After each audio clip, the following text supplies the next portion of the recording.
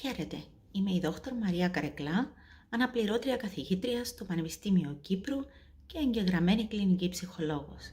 Επίσης, είμαι αναγνωρισμένη εκπαιδεύτρια της θεραπείας αποδοχής και δέσμευσης, για την οποία θα σας μιλήσω σήμερα.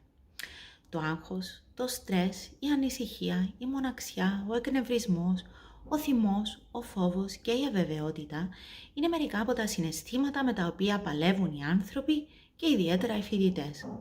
Πολλές φορές μπορεί να νιώσουμε παγιδευμένοι από αυτά τα συναισθήματα και μπορεί να μας οδηγήσουν σε ψυχολογικά προβλήματα, κατάθλιψης, άγχους, κατάχρησης ουσιών, διατροφικά προβλήματα, δυστυχία και χαμηλή ποιότητα ζωής. Σήμερα θα σας μιλήσω για τη θεραπεία αποδοχής και δέσμευσης. Στα αγγλικά ο όρος είναι Acceptance and Commitment Therapy ή με μία λέξη ACT, και πώς μπορεί να μας βοηθήσει να αντιμετωπίσουμε όλα αυτά με τα οποία παλεύουμε και επηρεάζουν τη ζωή και τη λειτουργικότητά μας. Είναι μια διαδιαγνωστική προσέγγιση η οποία βοηθά να αντιμετωπίσουμε την ανθρώπινη κατάσταση, δηλαδή αυτά που μπορεί να μας κάνουν όλους τους ανθρώπους να υποφέρουμε σε κάποιες φάσεις της ζωής μας. Η θεραπεία αποδοχής και δέσμευσης είναι ερευνητικά υποστηριζόμενη προσέγγιση η οποία στοχεύει στο να καλλιεργήσει ψυχολογική ευελιξία. Περισσότερες από 300 επιστημονικές κλινικές μελέτες στηρίζουν την αποτελεσματικότητά της για πάρα πολλά προβλήματα συμπεριλαμβανομένων αγχώδη διαταραχών, κατάθλιψη, ψύχωση, κατάχρηση ουσιών, διατροφικών διαταραχών, χρόνιους πόνους και άλλα κλινικά θέματα. Επίσης, έχει δείξει αποτελεσματικότητα σε θέματα ακαδημαϊκής επίδοσης, παραγωγικότητας στην εργασία, αθλητικές επιδόσεις και άλλα.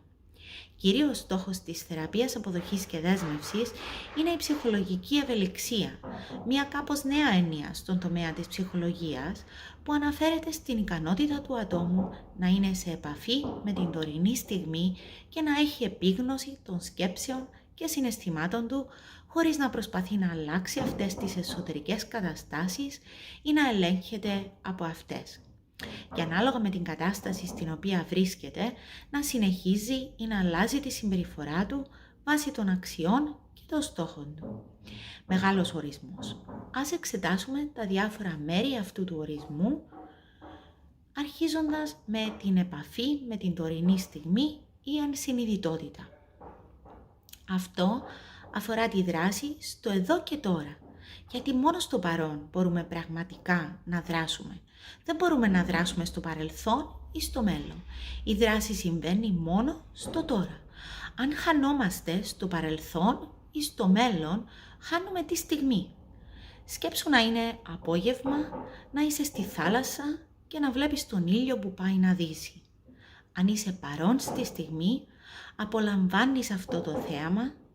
Αν όμως χαθείς στο μυαλό σου, στη σκέψη σου, «Αχ, να ήμουν τώρα σε ένα ελληνικό νησί» ή «να ήμουν εδώ με το αγαπημένο μου άτομο» κτλ. Τι έγινε? Πού πήγε ο ήλιος? Αυτός έχει δύσει και εμείς χάσαμε το φαντασμαγορικό θέαμα του ηλιοβασιλεμάτος. Το ίδιο συμβαίνει και στη ζωή μας. Αν χαθούμε στο παρελθόν ή στο μέλλον, δεν μπορούμε να δράσουμε στο παρόν. Το επόμενο κομμάτι του ορισμού της ψυχολογικής ευελιξίας έχει να κάνει με την επίγνωση των σκέψεων και συναισθημάτων, χωρίς να προσπαθούμε να αλλάξουμε αυτές τις εσωτερικές καταστάσεις ή να ελεγχόμαστε από αυτές. Ας το κοιτάξουμε αυτό. Σε προσκαλώ τώρα να κάνεις μαζί μου μια άσκηση. Θέλω να κλείσεις τα μάτια και να πάρεις μερικές αναπνοές. Μερικές γεμάτες αναπνοές. Θέλω να παρατηρήσεις την αναπνοή σου, τον αέρα που μπαίνει και τον αέρα που βγαίνει. Ένας αργός, ήρεμος ρυθμός. Στόχος είναι η παρατήρηση της αναπνοής και τίποτα άλλο. Αν το μυαλό φύγει, πρόσεξε ότι έχει συμβεί αυτό και επέστρεψε πίσω στην αναπνοή, στο στήθος που ανεβοκατεβαίνει. Επέστρεψε στη συμπεριφορά της αναπνοής. Ό,τι και αν εμφανιστεί, οποιαδήποτε σκέψη και αν παρουσιαστεί, που σε φεύγει από την αναπνοή, κοίταξέ την. Μπορεί να είναι σκέψεις για το τι βλακεία είναι πάλι αυτό ή πώς αυτό μας βοηθά ή τι θα φάμε το μεσημέρι.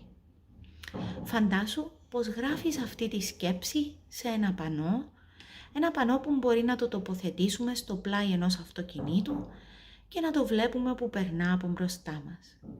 Σημείωσε αυτές τις σκέψεις στα πανό και άσε τις να περνούν από μπροστά σου, όπως θα έβλεπες αυτοκίνητα να περνούν αν στεκόσουν στην άκρη του δρόμου.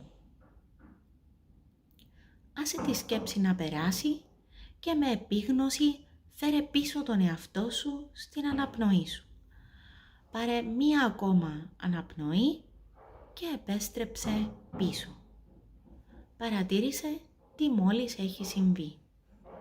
Αυτό που κάναμε ήταν μια σύντομη άσκηση ενσυνειδητότητας, όπου φέραμε επίγνωση στην αναπνοή μας και στις σκέψεις μας. Τις παρατηρήσαμε χωρίς να παγιδευόμαστε από αυτές.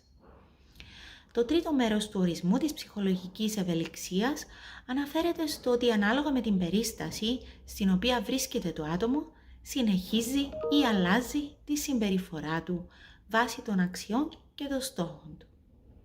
Το κλειδί εδώ είναι η αναφορά στη συμπεριφορά, η οποία είναι ελεγχόμενη από τα επακόλουθά της. Αν στο πλαίσιο εξετάσεων είναι σημαντικό για ένα φοιτητή να αρνηθεί να βγει έξω με τους φίλους του για να διαβάσει με σκοπό να πετύχει στις εξετάσεις και στο στόχο του να αποφοιτήσει, τότε αυτό είναι ευελιξία.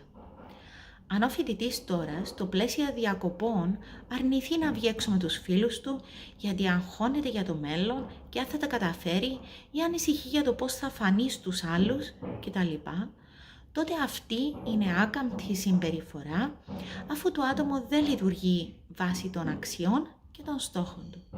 Σε αυτή την περίπτωση, ψυχολογική ευελιξία θα ήταν το άτομο να αναγνωρίσει αν είναι σημαντικό να έχει σχέση με φίλους και να επιλέξει να βγει έξω μαζί τους, να χαλαρώσει και να διασκεδάσει, και αν αυτά είναι σημαντικά, τότε να βγει έστω και αν το μυαλό βγάζει ανησυχητικές σκέψεις και συναισθήματα. Έτσι, στη ΘΑΔ βοηθούμε τα άτομα να αναγνωρίσουν τις αξίες τους και να επιλέγουν δράσεις οι οποίες εξυπηρετούν αυτές τις αξίες, αντί να εξυπηρετούν τις όποιες σκέψεις και συναισθήματα, δηλαδή την αποφυγή. Οι αξίες δίνουν νόημα στη συμπεριφορά μας και μας κινητοποιούν για δράση, ακόμα και αν αυτή η δράση είναι δύσκολη και μας βγάζει από τη ζώνη ασφαλείας μας.